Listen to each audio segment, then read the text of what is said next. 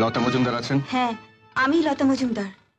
ও, তুমি সেই লতা মজুমদার যে 8 বছর আগে ষড়যন্ত্র করে আমার শিশু সন্তানকে ওই সনাতনপুর অনাথ আশ্রমে দিয়ে এসেছিলে। কে আপনি? আমার বাড়িতে এসে আমাকে অপমান করছেন? অপমান এখনো করিনি, কিন্তু করব।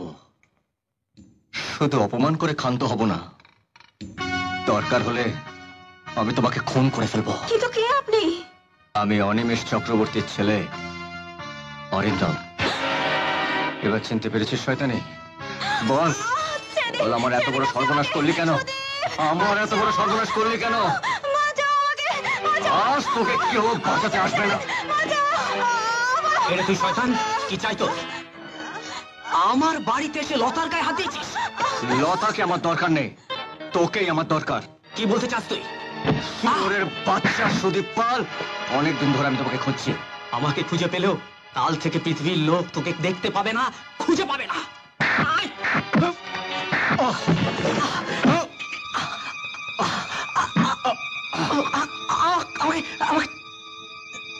আমাকে ছেড়ে দাও।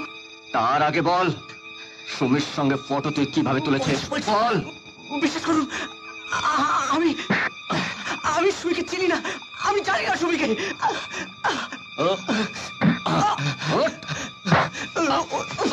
না চিনলে একসঙ্গে ফটোটা উঠলো কি করে? না, একসঙ্গে ওঠেনি, একসঙ্গে ওঠেনি।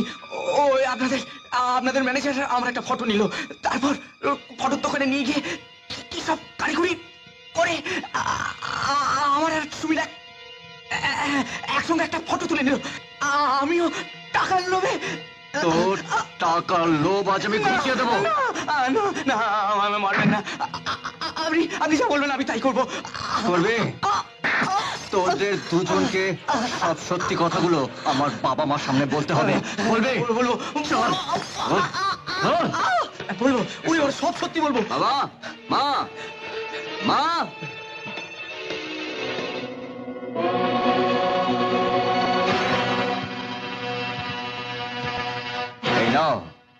এই নাও তোমার প্রমাণ। জিজ্ঞেস করো এই নার্স লতাকে কি করে সুমির জীবিত সন্তানকে অনাথ আশ্রমে পাচার করেছিল। এই শয়তান সুদীপ পাল সুমির কাল্পনিক স্বামী সেজে অভিনয় করে গেছিল তোমার নির্দেশে। অস্বীকার করতে পারো? অস্বীকার করতে পারো শয়তানদের? আমাদের কোনো দোষ নেই স্যার। ওই সুরেশ বাবু আমাদের যা করতে বলেছেন আমরা তাই করেছি স্যার। শুধু টাকার লোভে স্যার। স্যার, এই শয়তানের বাচ্চা, পালাচ্ছিস কোথায়? হ্যাঁ, এই আরামখোর হচ্ছে সব ষড়যন্ত্রের মূল। এরই বুদ্ধিতে আমার নিরপরাধ সুমিকে অপরাধের কলঙ্ক চাপিয়ে বাড়ি থেকে তাড়িয়ে দেওয়া হয়েছে।